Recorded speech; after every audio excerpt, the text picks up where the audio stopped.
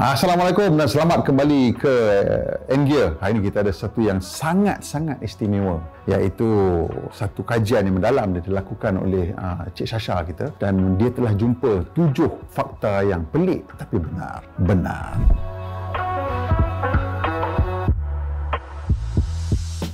Pelik dalam tentang dunia otomotif tidak ada kena-mena dengan dunia makanan ataupun fashion. Fakta pelik tapi benar yang pertama, iaitu kereta pertama di Malaysia. Ini kereta yang saya tak pasti cerita dia secara betul dia macam mana, tapi kini kereta ni adalah kereta yang pertama yang dimiliki oleh orang yang tinggal di Malaysia. Jadi yang memiliki kereta ni adalah seorang ahli perniagaan yang bernama Yu Tong Seng, dan kereta yang dia beli ialah kereta Mercedes Simplex dan dibawa masuk ke Malaysia pada tahun 1902. Itu dia kereta yang pertama yang dibawa masuk di Malaysia. Dan fakta yang kedua pelik tapi benar, kereta yang mempunyai pendaftaran pertama di Malaysia. Dia tak sama rupanya. Jadi masa zaman si Yu Tong Seng ni beli kereta, negeri-negeri di Malaysia ni dia tak ada satu sistem yang teratur untuk pendaftaran kereta. Sebagai contohnya, kereta Mercedes Simplex yang dia beli ni pun sebenarnya dia beli pendaftaran PK1 katanya. Dan angka 1 dan huruf PK itu datang daripada mana? Katanya sebab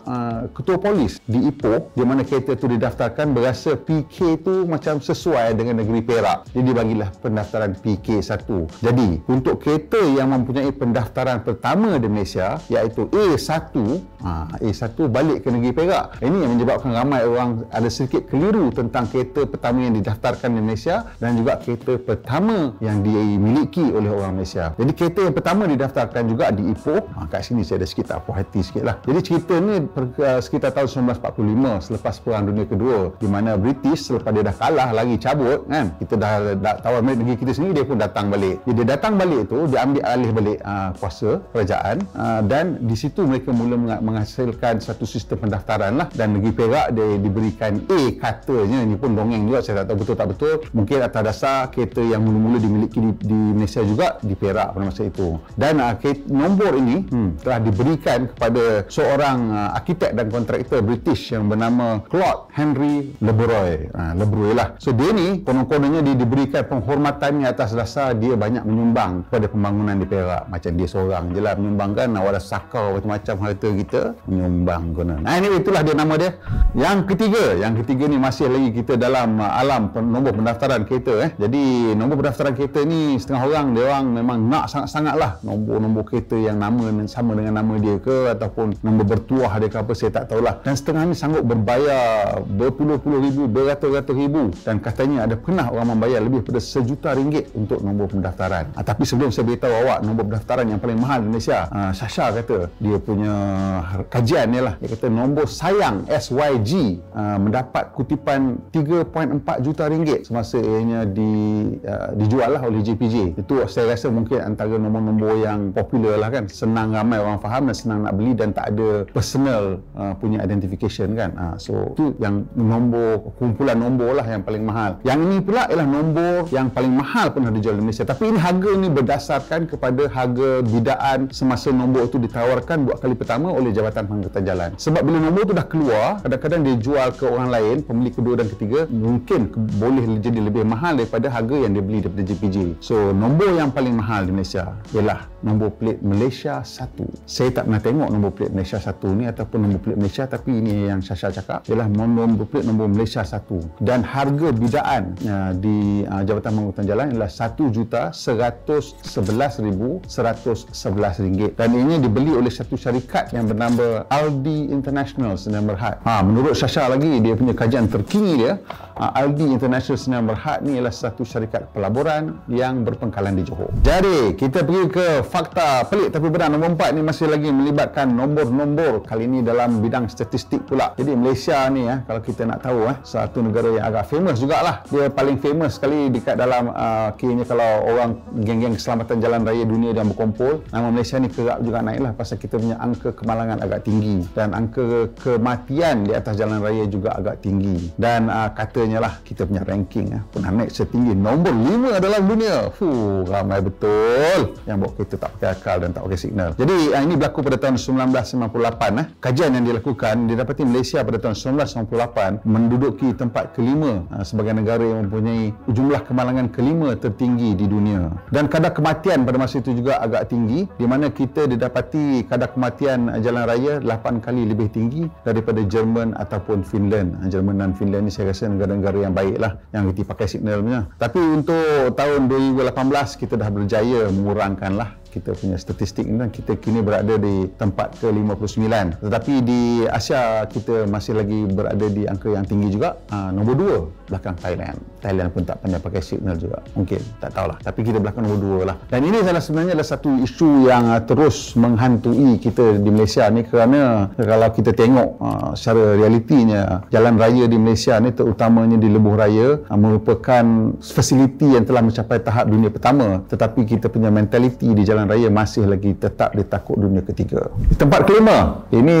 kereta sports pertama di Malaysia. Jadi kereta sports pertama di Malaysia ni, kalau nak selesai cerita 1 jam pun boleh, tak payah pakai skrip pun boleh. Sebab kereta sports pertama di Malaysia ni, atau konsep lah sports car pertama di Malaysia ni, bernama Esna Venere. Jadi Esna tu adalah singkatan daripada nama si dia yang memulakan projek ni. Nama dia Ismail Naziaddin. Jadi singkatan nama dia jadi Esna. Dia ni seorang boleh kata broker saham dulu, dan apabila dia dah pencen daripada buat kerja saham dia masuk ke dunia kereta pula. Dan dia suka dua benda. Dia suka kerja restoration, dan dia punya restoration ni agak tahap yang agak tinggi juga. Dan dia membaik pulih jenama-jenama daripada British, jenama-jenama mewah daripada British, dan fokus dia adalah kepada Rolls-Royce, Bentley dan Jaguar, walaupun dia ada juga buat Mercedes dan beberapa jenama lain. Okey, apapun, pada tahun 2005-2006 dia hantar jemputan untuk tengok sebuah kereta sports yang sudah dihasilkan sebagai satu model skala penuh. Dan kereta tu memang agak cantik juga. Dan kereta tu model skala penuh tu dihasilkan di Melaka,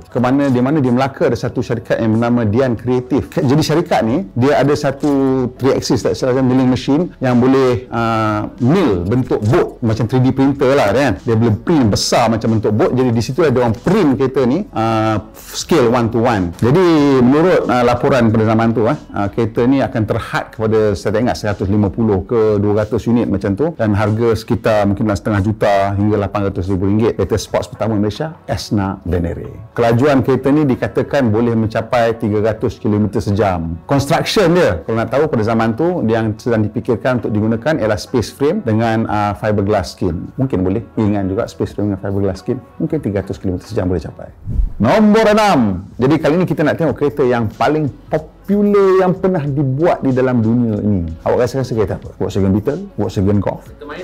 Kereta mainan. Mungkin kereta mainan. Honda Civic? Proton Saga? Kereta yang paling popular di Malaysia, di dunia, bukan di Malaysia, di dunia, ialah satu kereta yang sudah pun berada di jalan raya lebih pada 60 tahun dah, iaitu Toyota Corolla. Kalau kereta seperti Volkswagen Beetle dah tamat hayat dia, Volkswagen Golf lebih muda pada Corolla. Corolla tetap Corolla daripada dulu sampai sekarang. Cuma sekarang dia Altis, tapi dia tetap Corolla. Jadi menurut statistik yang dikorek oleh Sasha, dikatakan di dunia ni setiap 40 saat Toyota menjual satu Corolla. Mana dia tak kaya. Dan tapi kalau kat Malaysia ni tidaklah. Di Malaysia Toyota Corolla tak tahu nombor berapa. Di Malaysia yang paling popular ialah produk Myvi. Betul. Besok ambil hadiah kat belakang. Tu pasal boleh nampak Myvi kat mana-mana, kata Sasha. Dia tak suka Myvi. Dia pakai Alza. Dia pakai Arus. Sorry, dia bawa. Dia pakai Arus lah. Alza dah lama dia kata. Arus baru beli. Kereta baru. Top spec. Kalau dapat 200,000 dia bagi Alza dia kat korang. Tolong tekan butang subscribe tu. Dan yang terakhir. Ni masih lagi cerita angka jugalah. Tapi yang ni memang kalau kena kat saya tak tahu nak lari mana lah. Dia punya kecut tu kan. Memang kebas. Jadi kat Malaysia ni, kita kalau bawa laju, kantoi, kena saman. Kan? Dan sekarang ni banyak kamera kat tepi lebuh raya dan juga tepi lebuh raya dalam bandar. Tapi apa pun, hari ni kita nak cerita tentang saman paling mahal yang pernah dikenakan. Kalau kat Australia memang kena dah tolak demerit, cukup tolak demerit, lesen kena gantung, tak ada sembang apa lagi dah. Di Jerman okey lagi pasal ada tempat yang boleh bawa laju. Dekat autobahn yang tak ada speed limit. Tapi dekat sebelah Jerman tu ada satu lagi negeri yang lebih strict daripada Jerman. Bukan Austria tapi Switzerland. Jadi di Switzerland seorang pemandu pernah ditahan memandu 290 km sejam ataupun 180 batu sejam dan dikenakan saman berapa banyak? Cuba teka.